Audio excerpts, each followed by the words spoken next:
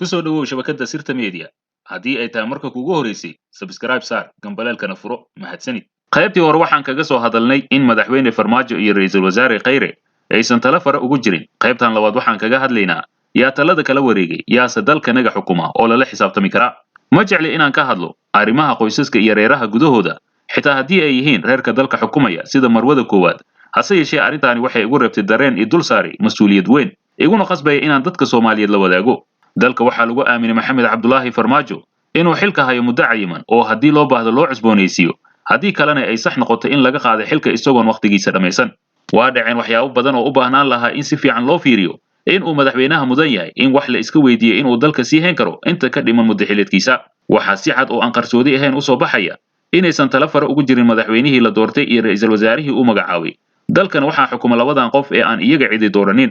waa fahad yaasiin xaaji daahir iyo marwe zeynab cabdimacalin fahad waxa uu xiriir dhow la samaystay marwada koowaad oo uu u isticmaalo in waxa ay rabaan iyada iyo asaga ay marsiyaan madaxweynaha oo ay marwada ku guulaysatay inuusan socon karin la'aanteeda marwe zeynab waxay huwantiyeysatay inuu gacanta ugu jiro odaygeeda oo haddii uu isku dayay inuu dood ka keeno rabitaankeeda uu weyn doono waxyaabo badan oo ay ka hayso kala bedelidda madaxda maamul ee dalka amarsiinta wasiirada u yeerista magacaawista eriyadda agaasimayaasha guud hanjibidda maareeyayaasha iyo taliyayaasha ciidanka ammaanka waa howl ay marwe zeynab si fiican ugu talaabsatay iyadoo cudud ahaan kaashanaysa fahad yaasiin iyo xirtiisa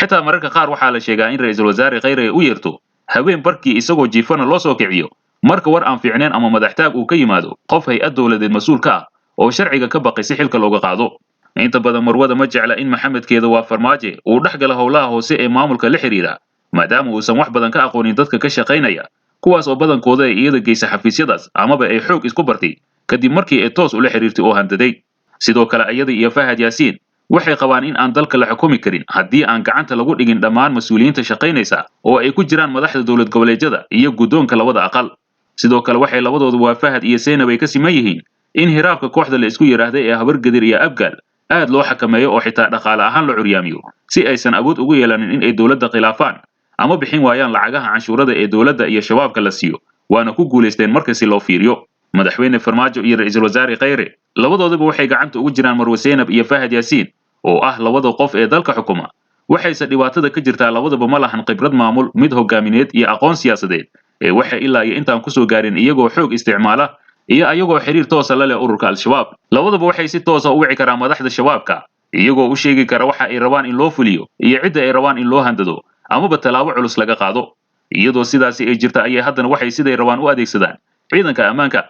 wixii nisa ka sii haray iyo dhammaan lacagaha dalka soo gala sida canshuuraha iyo lacagta shandada lagu keenay ee qatar sida joogtada u keento si dadka soomaaliyeed loogu baabiyo guntii iyo gunaanadkii xaalka uu dalka marayo waa mid laga anfariiro oo muujinaya ayaan xumo weyn oo aan laga soo waaqsan karin muddo aad u fog dalka wuxuu wajahayaa waddo burburkeeda loo sii jeedo oo waxaa maalin walba la maagayaa dhammaan dowlad goboleedyadii deganaa sida puntland oo ah meel uu ka jiro maamul hagaagsan iyo jubbaland oo iminka uun doorasho ka soo baxday waxaa kaloo hadda la qasay galmudug horena waxaa loo dilay koonfur galbeed iyo hirshabeelle maantana soomaali alay u magan tahay labadan baabi'inaya dalka xil ma saarna mana lala xisaabtami karo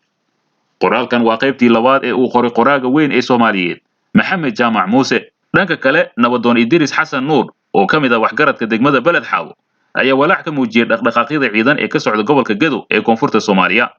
idris oo la hadlay idaacadda shabeelle ee magaalada muqdisho ayaa sheegay in ciidamo aad u badan la geeyey degmooyinka gobolka kuwaas oo ka kala socda dowladda iyo jubbaland sidoo kale wuxuu tilmaamay in xiisadaha u dhexeeya ciidamadaasi ay sababi karaan in uu dagaal ku dhex maro labada dhinac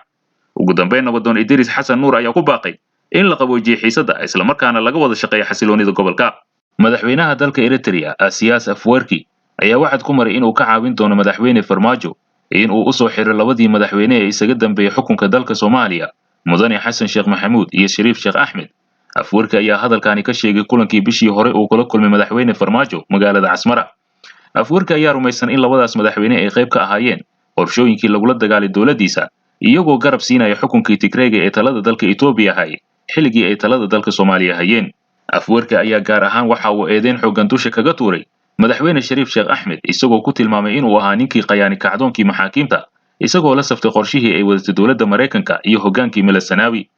dowladda eritrea ayaa ciidamo usoo tababaraysa madaxweyne farmaajo kuwaasoo dufcadii u horeysay la filaya in la keeno magaalada muqdisho dabayaaqada bisha maars ama horaanta bisha abriil ee sanadkani ciidankaasi oo ku huwaysan hubka noocyadiisa kala duwan ayaa la filayaa in ay si xoog leh ula wareegaan dhammaan magaalada Muqdisho. Farmaajo ayaa la filayaa in isbuuca soo socda uu dib ugu laabto magaalada Casmara ee dalka Eritrea, halkaas oo kula soo kulmi doono ra'iisul wasaaraha dalka Itoobiya Abiy Ahmed iyo madaxweynaha dalka Eritrea Isaias Afwerki. Farmaajo ayaa ku sheegay wareysigiisa ugu dambeeyay in dalku uusan xamili karin doorasho iyo hoggaan cusub, isla markaana ay muhiim tahay in hoggaanka hadda joogo uu dalka sii hayo. Hadalka ka soo yeeray Farmaajo ayaa ahaa fariin ku socota madaxdii hore iyo musharaxiinta doonaysa in ay ka qayb qaadato doorashada dalka ka dhacaysa. Afwerki ayaa sidoo kale abaal u haya Maxamed Siyaad Barre iyo beeshiisa Mariixaan, kadib markii Maxamed Siyaad Barre uu siiyay kaalmo ciidan iyo mid dhaqaale uu kula dagaalo taliskii hore ee dalka Itoobiya. Dhanka kale, gudoomiyaha xisbiga mucaaradka ah ee UCID, Injineer Faysal Cali Waraabe, ayaa ka hadlay khudbadii uu madaxweyne Biixi ka horjeediyay baarlamaanka Somaliland. Faysal Cali Waraabe ayaa sheegay in diidmadii Biixi ee safarka Farmaajo ku imaan lahaa Hargeysa ay timid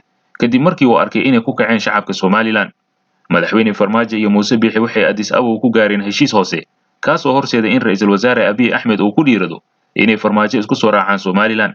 Diidmada Muuse Biixi ku diiday imaanshaha Farmaajo waa mid ay ku kalifeen shacabka reer Somaliland. Go'aankiisa markii hore sidaas waa ka bedelnaa, ayuu yiri Waraabe. Waxa uu intaasi ku daray inuu hayo xogo qarsoon oo la xiriira kulankii madaxweyne Muuse iyo Farmaajo ku dhex maray magaalada Addis Ababa, inkastoo uusan sheegin. Muuse Biixi oo khudbadii sanadlaha ahayd ee dastuuriga ka jeedinaya labada gole ee baarlamaanka Somaliland ayaa soo dhaweeyay raaligelinta Farmaajo ka bixiyay dhibaatadii 30 sano ka hor loo geystay shacabka gobolada waqooyi, balse waxa uu xusay inuusan marnaba ogolaanaynin in uu madaxweynaha Soomaaliya uu booqasho ku yimaado magaalada Hargeysa. Dhanka kale, madaxweynaha Jamhuuriyadda Federaalka Soomaaliya Mudane Maxamed Cabdullaahi Farmaajo ayaa kula maamuusaad ugu fidiyay madaxtooyada qaranka xogayaha guud ee urur goboleedka IGAD Mudane Workane Gobeyuhu. Madaxweynaha ayaa ugu hambaliyay xogayaha cusub ee IGAD xilkan dhawaan loo igmaday, waxa uuna u rajeeyay inuu ka miro dhaliyo qorshayaasha heer gobol ee kor u qaadista iskaashiga nabadda iyo horumarka dalalka ku midaysan IGAD oo Soomaaliya ay ka mid tahay buddigayaasha ururkani. Dhinaca kale, ra'iisul wasaaraha xukuumadda federaalka Soomaaliya Mudane Xasan Cali Khayre ayaa xafiiskiisa kulan kula qaatay xogayaha maamulka urur goboleedka IGAD Dr. Workane Gobeyuhu iyo wafdi uu hogaaminayo oo booqasho ku yimid dalka. Ra'iisul wasaare Xasan Cali Khayre iyo Dr. Workane Gobeyuhu ayaa kulankooda ugu wada hadlay arrimaha gobolka, guud ahaan xaaladda dalka iyo garab istaaga IGAD ee shacabka iyo dowladda Soomaaliyeed. Dr. Workane Gobeyuhu oo socdaalkiisa uu dalka ku yimid ahaa booqashadiisa ugu horeysay intii uu ahaa xogayaha IGAD ayaa ra'iisul wasaaraha ugu mahadceliyay soo dhaweynta, wuxuuna hoggaanka dalka ku bogaadiyay dadaalka iyo ka go'naanshahooda hormuudka u noqday in horumar laga gaaro qorshaha dib u habeynta. Soomaaliya ayaa ka mid ah aasaasiyaashii urur goboleedka IGAD oo ay ku midaysan yihiin dalalka Soomaaliya, Djibouti, Itoobiya, Eritrea, Kenya, Suudaanta Koonfureed iyo weliba Uganda. Dhanka kale, ciidamada booliska gobolka Banaadir ayaa gacanta ku dhigay haweeney dishay gabar yar oo shaqaale ama jaariyad uga ahayd guriga haweeneydaasi. Weli lama xaqiijinin sababta rasmiga ah ee ka dambaysa dilka gabadhaasi yar, balse waxaa loo badinayaa in uu ka dhashay dilkeeda muran dhanka shaqada guriga ama labadooda soo kala dhexgalay. Baraha bulshada ku kulanta ayaa waxaa qabsada hadalhaynta dilka gabadhaasi yareed oo da ahaan lagu qiyaasay 14 sano jir ilaa 15 sano jir. Guud ahaan intaa ayaynu ku soo gabagabeynaynaa warbixinadii aad kala socoteen shabakadda Sirta Media. Wixii warar dheeraad ah ama siro qarsoon oo soo kordha waxaad si rasmi ah uga heli kartaa shabakadda Sirta Media.